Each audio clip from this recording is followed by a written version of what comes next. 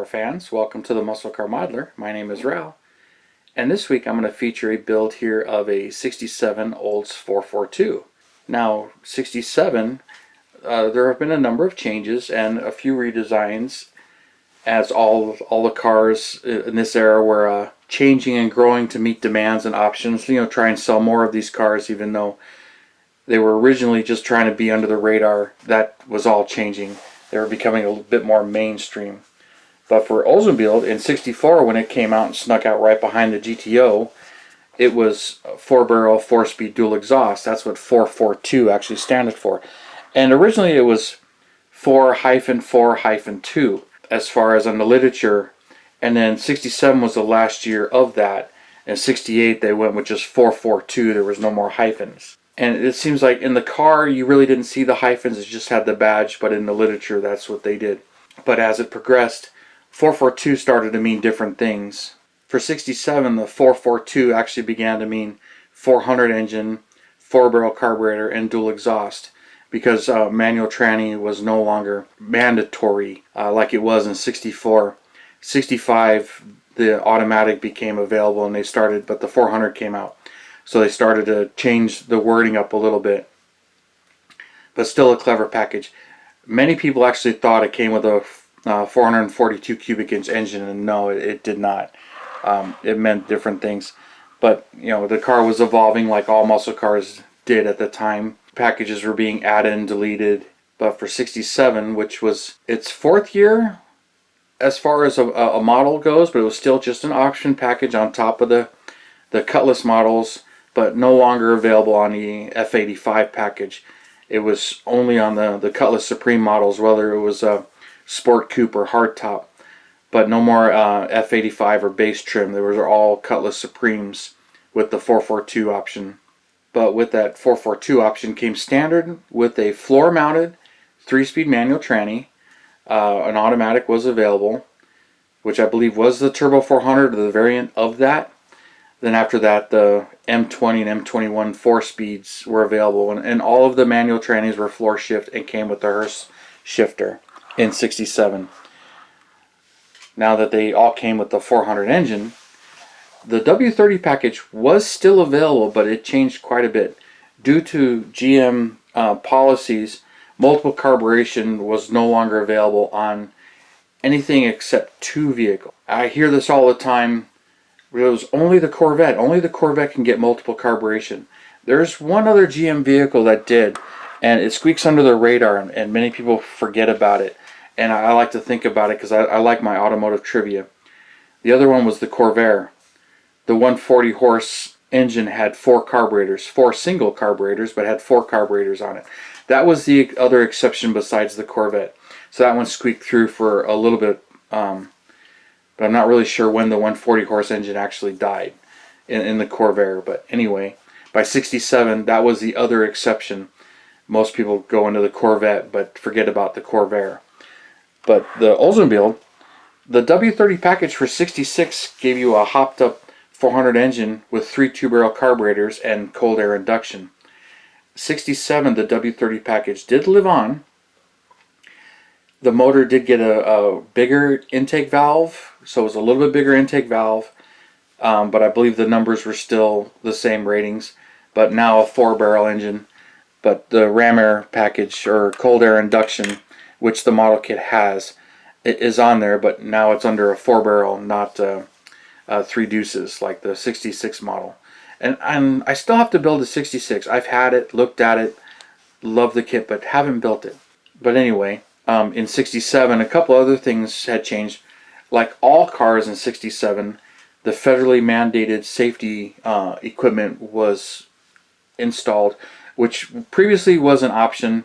Things like your 4-way hazards were an option before that, even though most cars in 66 and 65 got it. Backup lights were now mandatory, where some cars it was still an option. Dual circuit master cylinder was required. There were some things that the feds were looking out for us consumers, because some cars had them and some cars did not. And it was standard by 67. All cars sold in the U.S. had to have those required equipment. But also the styling had changed a little bit for 67. The headlights got spaced apart and reconfigured. The grill's different. The front bumper's different. The hood has these louvers in them, which are non-functional, but they're definitely unique to the 67s. And it was 442 only. The Cutlasses didn't get that. Get that back on there. And a lot of other styling treatments like the rear tail lights here, which I don't know. I kind of think that's kind of strange, the stacked tail lights and the headlights went the other way. So to me that's just kind of different. Really stands out. Just think it's kind of odd myself. Something that kind of turned me off on the car a little bit, but it's still, it's its own car and it's its own unique right.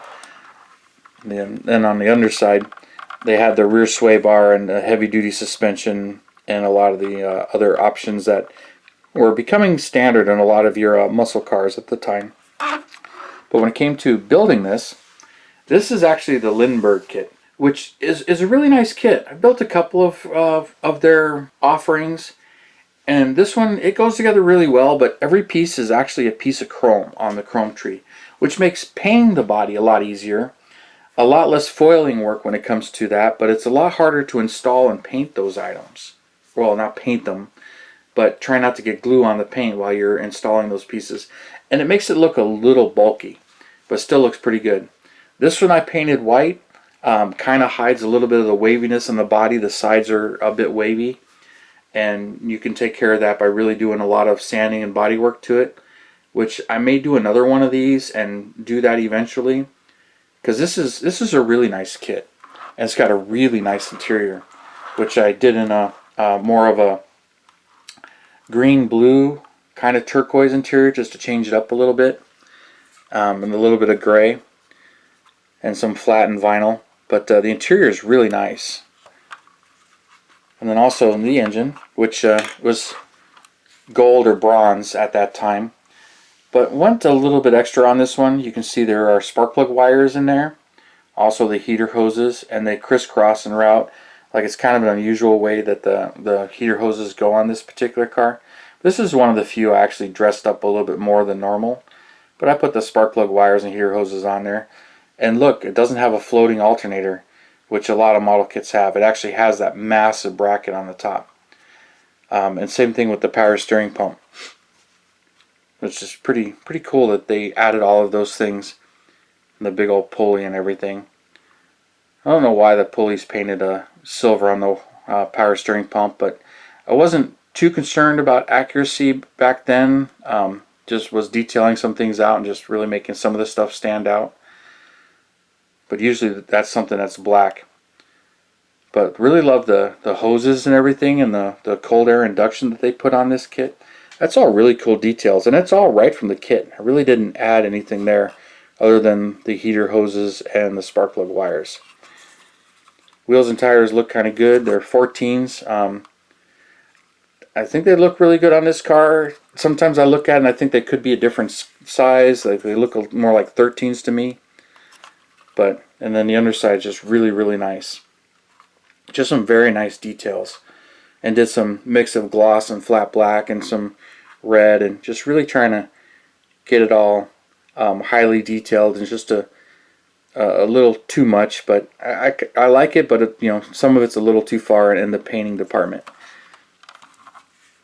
It's kind of funny that I say that now, but really enjoy it, and some of them I'll detail, and some of them I don't quite do as much detailing to.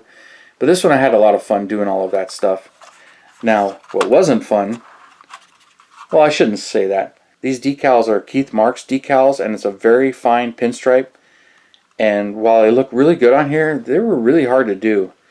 So I had to repaint this, and if it shows up closely, there's actually some paint cracking going on this one. And I don't really know why, as it was painted once and then repainted. So I think I have a compatibility issue. I didn't reprime. I just painted right over one layer white with a different layer of white. But I like the way it came out, and she presents herself really well. I think if I zoom in on this, you might be able to see some of the cracking on the hood. Yeah, the shine kind of does show it. But anyway, And then this is a separate piece of chrome, and then flat blacked all of that out.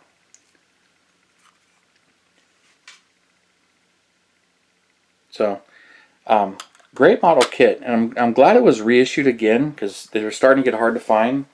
The current owners of Lindberg, they released it again recently, so it's out there, and it's a pretty easy kit to get a hold of and build up. It's really easy to build. There's just a lot of chrome bits and pieces that are all separate, like even the rear window chrome. That's actually a separate piece, which makes it easier to put it on and not foil any of this stuff. But she builds up really, really nice.